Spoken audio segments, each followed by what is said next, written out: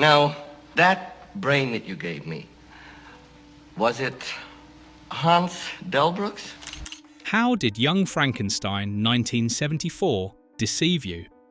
Many of the film's most important scenes were deleted or shortened to hide dark secrets that might have outraged audiences and driven them out of theatres. Did you know that what you saw on screen was only a tiny fraction of the real story? Behind the laughter and joyful absurdity lay a series of deleted scenes and chaotic behind-the-scenes moments that the audience never knew existed. Released in 1974, Young Frankenstein was not only a classic comedy, but also a monument paying homage to Universal's old horror films, parodying them in ways no one had ever seen before. Frederick Frankenstein, played by Gene Wilder, enters his ancestral castle, uncovers his grandfather's mad experiments, and faces the hulking monster, the bumbling Igor, and the lovely Inga. But behind all that humour and madness lies another truth. The film had to sacrifice many dark and sensitive scenes just to fit the cultural climate of the time. There were scenes that are now strongly condemned, such as the monster sneaking into Elizabeth's room, considered brutally violent toward women and others, that had to be reshot dozens of times because one uncontrollable actor kept breaking character. Prepare to uncover the darkly comic revealing truths behind this cinematic classic. 1. The most condemned, horrifying scene. In 1974, Young Frankenstein.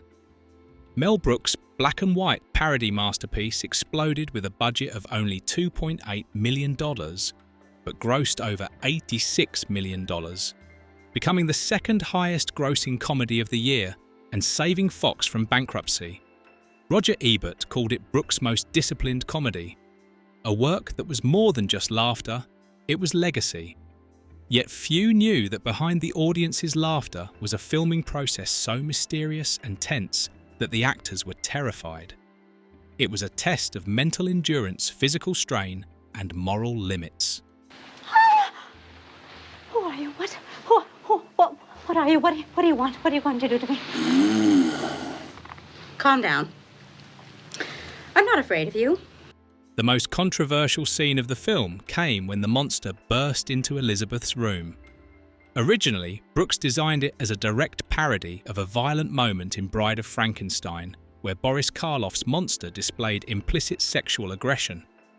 In Brooks's version, the monster escapes from the castle and suddenly storms into Elizabeth's room. She's visiting Frederick, pulling her out of bed in a moment that is both terrifying and absurd, leaving the whole crew breathless. The dark lighting, amplified screams, and heavy breathing were heightened. Boyle growled and acted with aggressive gestures.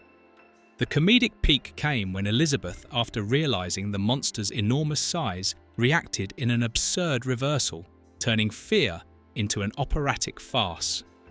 It was a twisted parody of old romantic tropes where the supposed victim becomes a lustful bride, funny yet deeply controversial. However, from a modern lens, especially in the post-#Me Too era, the scene has been fiercely criticised for normalising sexual violence through humour.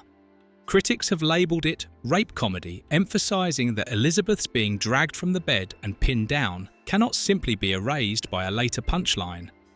The behind-the-scenes filming was also extremely tense. The scene took ages to shoot.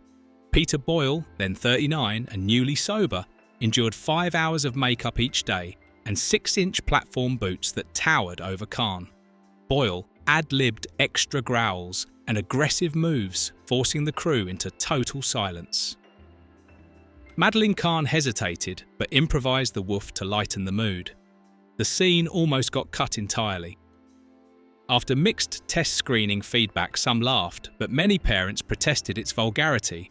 Brooks ultimately kept it to preserve the film's peak of parody, softening it with situational humour to balance the horror comedy tone that defines Young Frankenstein.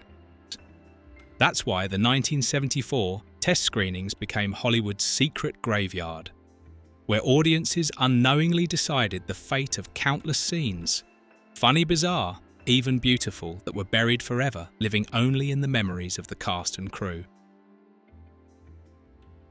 2. The deleted scene of Frederick sneaking into Inga's room.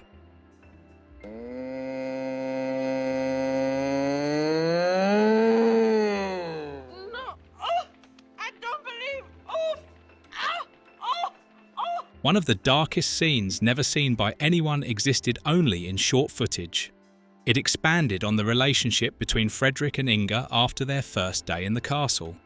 Frederick sneaks into Inga's room through a dim hallway carrying a candle and wearing a gothic robe, a mix of romance and eeriness. He whispers, "Inga, I can't sleep. Dreams of experiments and you."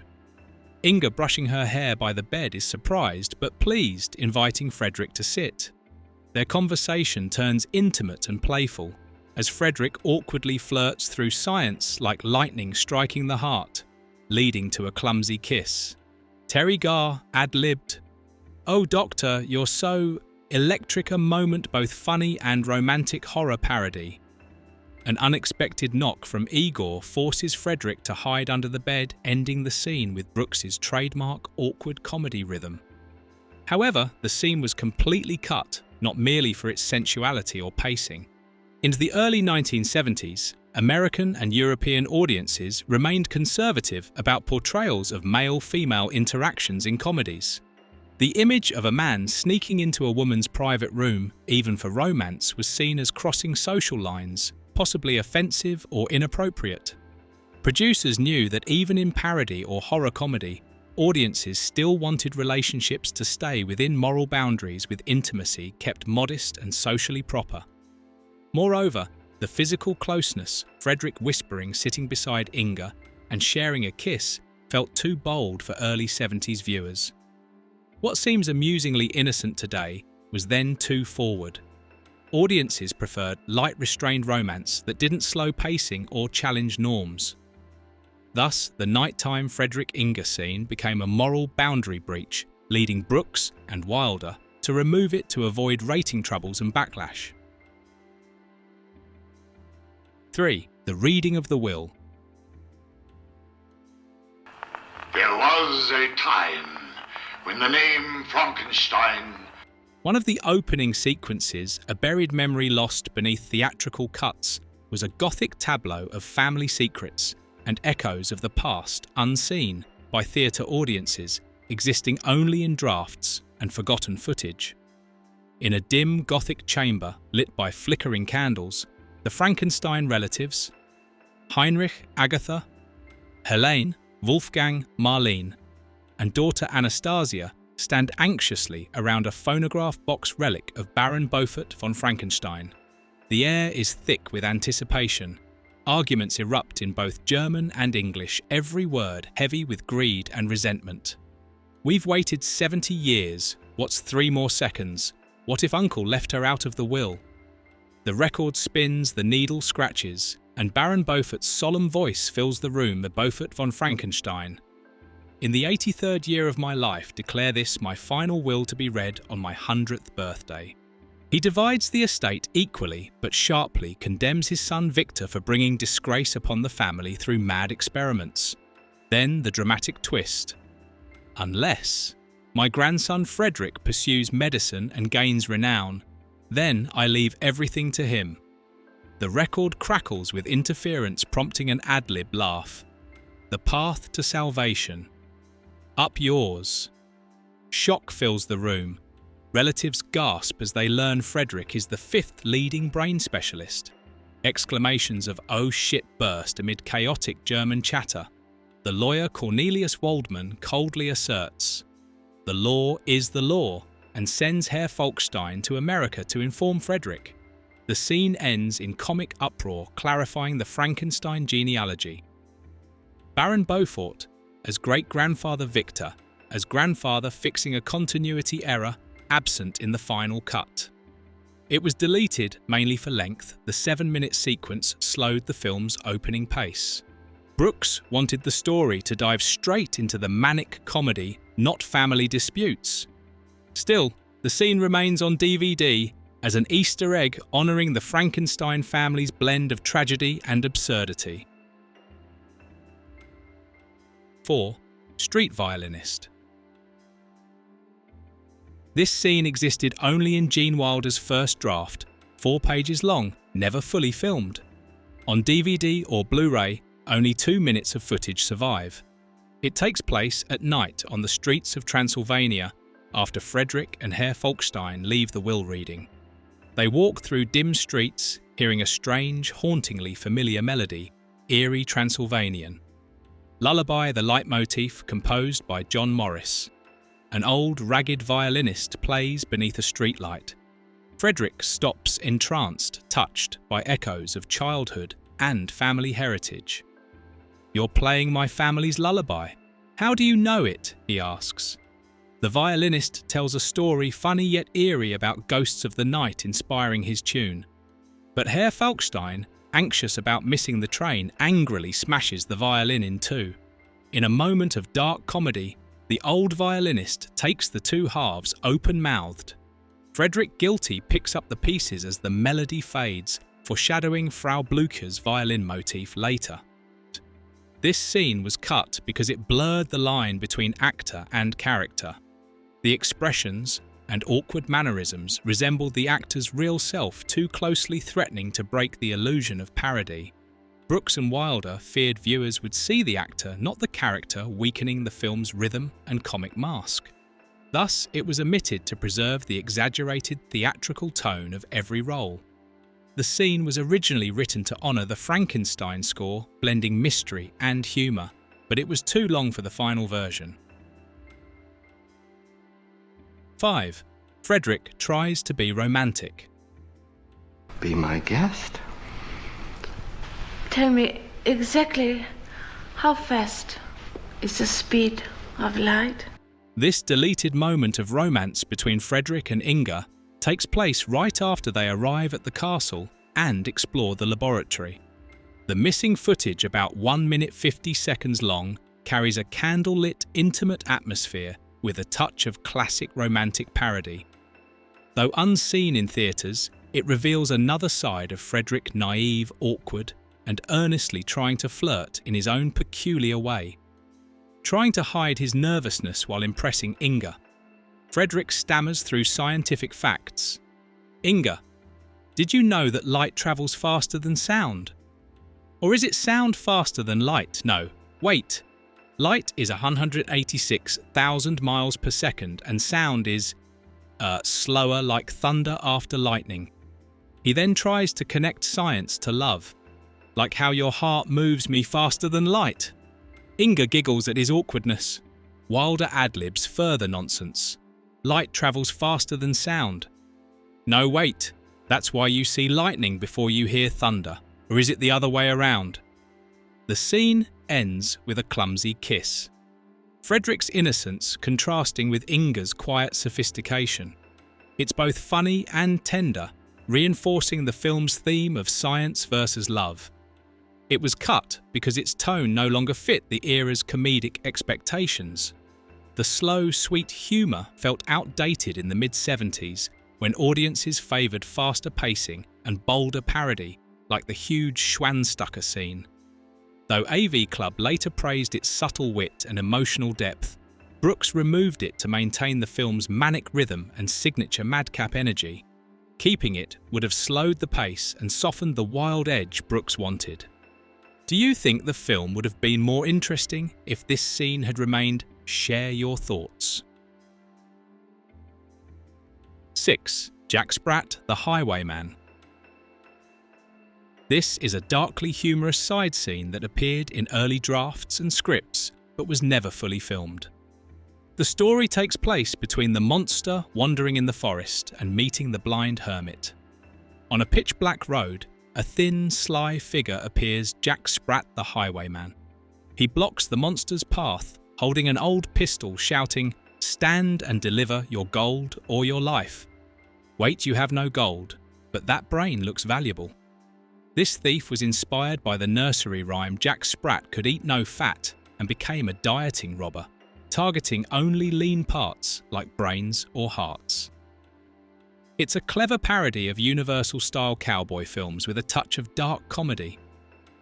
The monster, still clumsy after resurrection, raises his trembling hands, causing Sprat to fire into the air.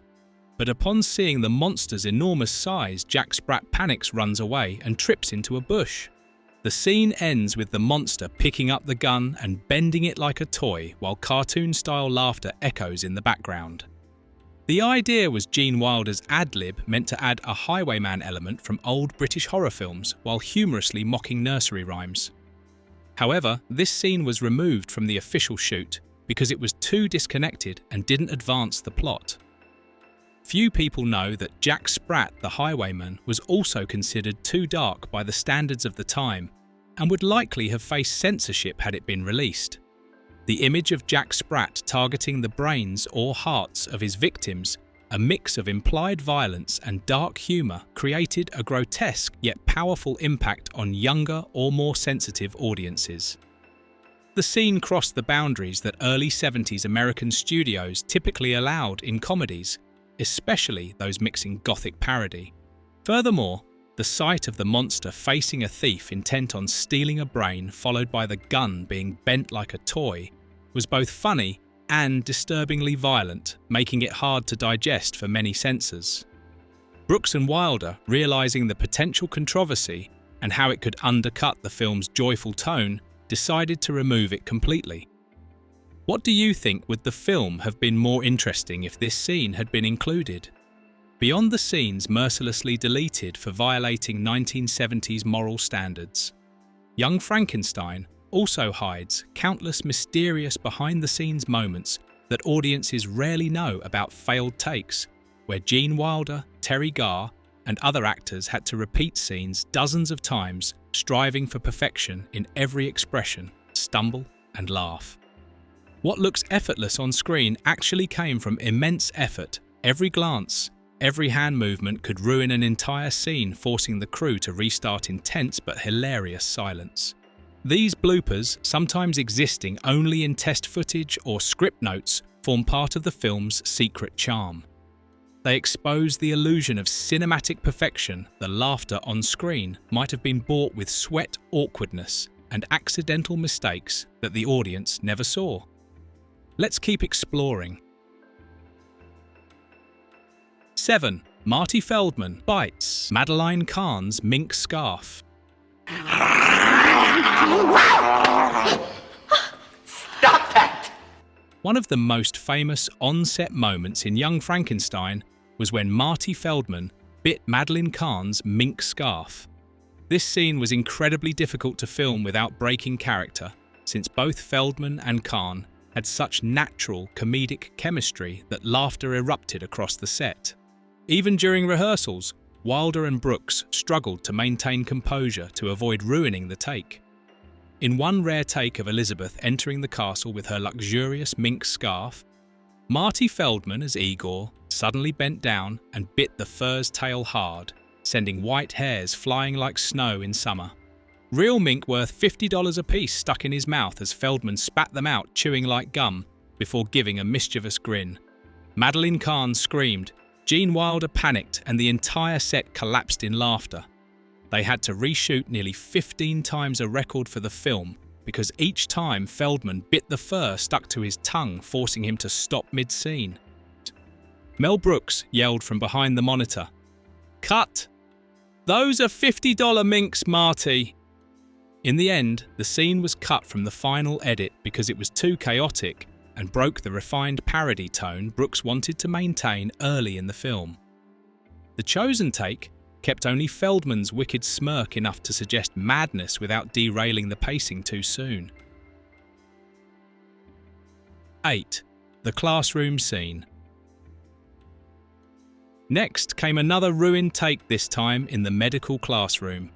Gene Wilder, as Frederick Frankenstein, was seriously lecturing about the nervous system when he suddenly erupted.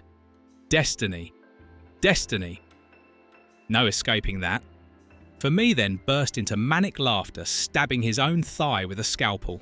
The fake blood splattered everywhere, making the students and Terry Garr crack up uncontrollably. Wilder continued stabbing 12 more times, improvising lines each time.